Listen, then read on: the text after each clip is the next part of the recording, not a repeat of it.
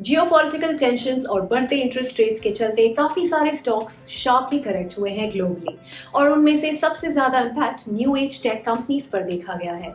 Stocks जैसे Zomato, Paytm, Nykaa already extreme valuations पर trade कर रही थी और इनमें करेक्शन आना ड्यू था। धीरे धीरे इंडियन इन्वेस्टर्स का ऐसे new age generation tech firms पर से भरोसा उठने लगा और नायका भी उनमें से एक स्टॉक है। मैं हूं सीए भूमि रांका और आज हम बात करेंगे कि क्यों नायका का शेयर प्राइस में इतनी गिरावट देखने को मिल रही है और आगे ये क्या व्यू होल्ड करता है। तो हमारे साथ एंड तक जरूर जुड़े रहें और शुरू करने से पहले चैनल को सब्सक्राइब और बेल आइकन को क्लिक करना ना भूलें। Nykaa after adjusting it's split price almost अपने 429 के हाई से अराउंड 208 के आसपास है as on 11 November 22 weekly closing. अब मार्केट वोलेटिलिटी के अलावा और क्या रीजंस है इसके गिरने के, चलिए आगे वीडियो में डिस्कस करते हैं। अक्टूबर 27 को कंपनी की तरफ से डिस्क्लोज हुआ था दैट उनके सीटीओ मिस्टर सूरी ने अपना रेजिग्नेशन दे दिया है। ऑलरेडी कंपनी का लॉक इन खत्म हो गया है ऑन 10 नवंबर और इस दौरान ऐसी न्यूज आना भी कंपनी के स्टॉक प्राइस पर नेगेटिवली असर करती है।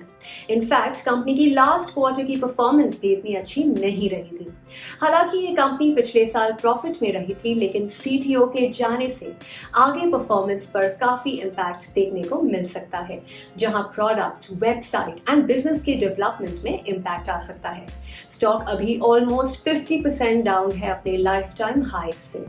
क्वार्टरली रिजल्ट्स देखें तो कंपनी का ऑपरेटिंग प्रॉफिट मार्जिन अराउंड 4.97% रहा है as compared to 3.26% during quarter ended सितंबर 21। हालांकि कंपनी की वैल्यूएशंस पहले से ही 100 के ऊपर रही है which is very expensive. In reasons के अलावा और भी रीजंस है जो कंट्रीब्यूट करती हैं to the falling price of this stock. First is rising interest rates. बढ़ते इन्फ्लेशन को कंट्रोल में लाने के लिए सेंट्रल बैंक्स इंटरेस्ट रेट्स को बढ़ाती हैं और ग्रोथ स्टॉक्स जैसे नायका को इसके कारण बड़ा हिट आया है।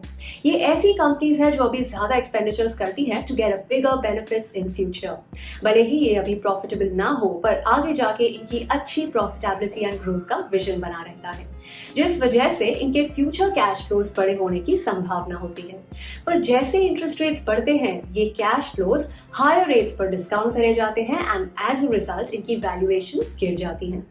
वैल्यूएशन में फॉल आना मतलब इन्वेस्टर्स का भी ऐसे स्टॉक से भरोसा उठ जाना एंड इनसे दूर जाना, resulting in falling share prices. Second is rising inflation. बढ़ते इन्फ्लेशन के सिनारियो में हर इंसान अपनी स्पेंडिंग पर वॉच रखता है और जो चीजें उसके लिए नेसेसिटी नहीं होती उस पर खर्चा कम करता है। कंज्यूमर सेक्टर की कंपनीज जैसे नायका को राइजिंग इन्फ्लेशन जैसे रेजिमेंट में इम्पैक्ट आता है। कस्टमर्स इन कंपनीज के प्रोडक्ट्स को नेसेसिटी ना समझकर इन पे स्पेंड नहीं करती और आने वाले कुछ टर्म तक ऐसी सिचुएशन में कंपनी पर प्रेशर बना रह सकता है। Third is business diversification. Beauty care range से अब नायका फैशन और दूसरे सेक्टर्स में भी एंटर कर रहा है। हाल ही में सितंबर 2022 में उन्होंने नायका मैन भी लॉन्च किया है। अब नायका सुपर स्टोर्स भी ओपन हो रहे हैं। इनसे डेफिनेटली कंपनी को टेम्पररी लॉसेस फेस करने पड़े हैं जो मार्केट में पॉजिटिव नहीं दिखता। फाइनेंशियल ईयर एंडेड 2022 में नायका फैशन सेगमेंट ने ऑलरेडी लॉसेस रिपोर्ट की थी और उसके बावजूद नायका मैन लॉन्च किया गया है। हालांकि बोनस इशू के अनाउंसमेंट पर 3 अक्टूबर 22 को शेयर ने 10% की रैली जरूर दिखाई थी, पर लॉन्ग टर्म में वो इन्वेस्टर्स का परसेप्शन चेंज नहीं करती।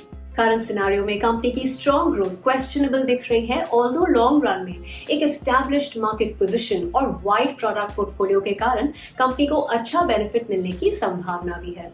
सो फ्रेंड्स, ये थे कुछ रीजंस जिसके कारण नायका में हम अभी तक गिरावट देख रहे हैं। जाने से पहले let us know if you enjoyed learning with us. ऐसे ही कई एजुकेशनल वीडियोस देखते रहने के लिए don't forget to like, share and subscribe to our YouTube channel.